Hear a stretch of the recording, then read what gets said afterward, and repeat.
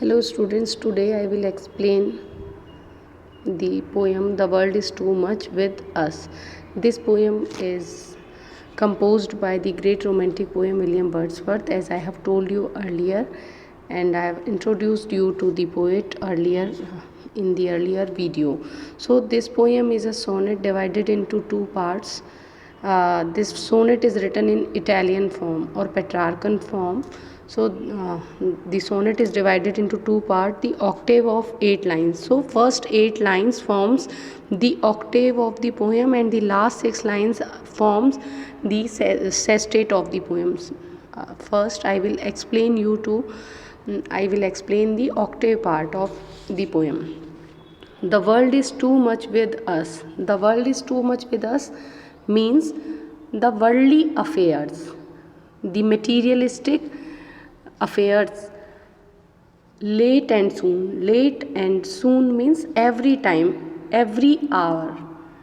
So, in this line, the poet wants to say that the human mind is always occupied. At every hour, human mind is occupied with the worldly affairs, and the motives of material gain have too large a claim upon the mind of man that they don't have little attention to spare for higher things.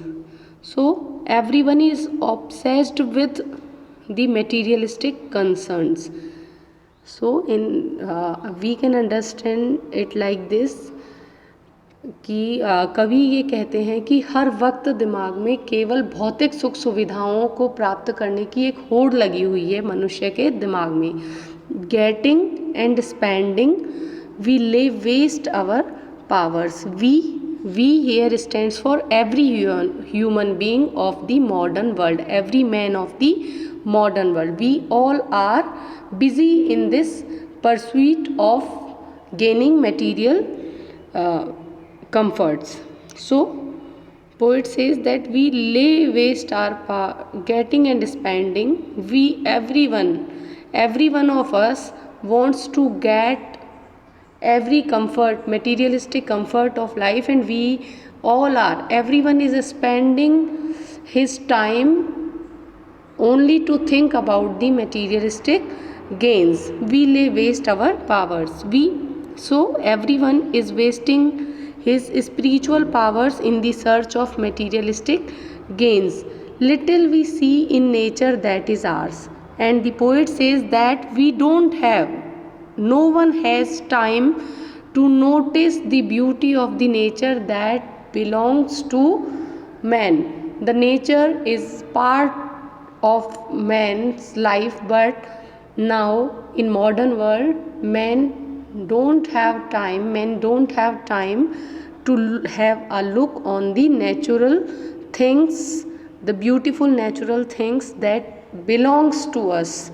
We have given our hearts away a sordid boon. Sordid boon means a worthless blessing, and here the sordid boon stands for the industrialization or the materialistic society. Sordid boon मतलब एक बुरा वरदान. तो औद्योगिकरण के कारण क्योंकि लोगों में पैसे की होड़ मच गई थी, इसलिए उन्होंने कहा है इसे sordid boon. We have given our hearts away.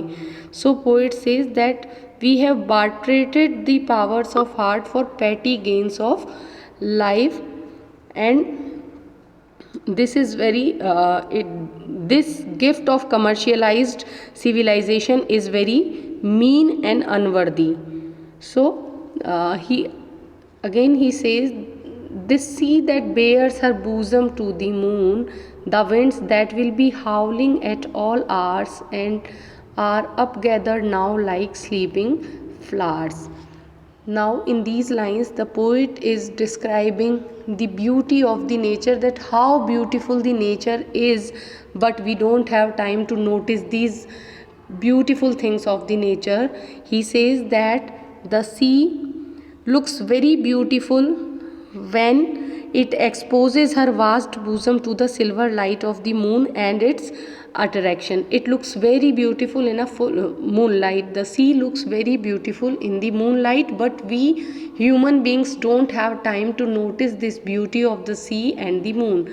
The winds that will be howling at all hours, and the wind that keeps howling, keep roaring every hour of the day, are up gathered now like sleeping flowers. He says that the wind keeps on roaring during the day, but at this time of night, the wind is quiet now.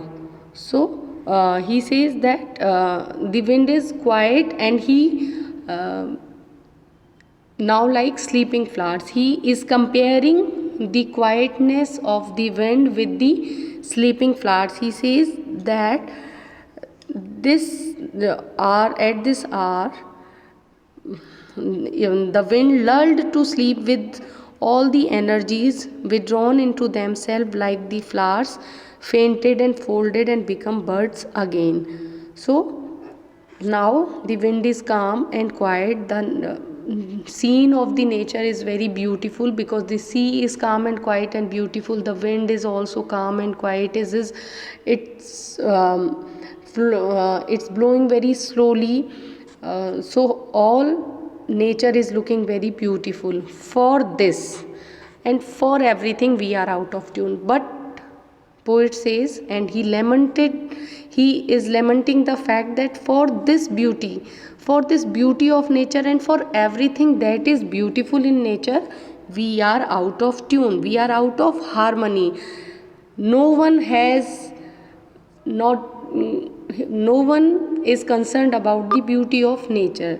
The poet says that though the nature is very beautiful, everything in nature is very beautiful, but every human being is now out of connection with nature. They have disconnected themselves with the nature. It moves us not. The beauty of the nature does not move us now, because we all are busy in gaining materialistic comforts of life.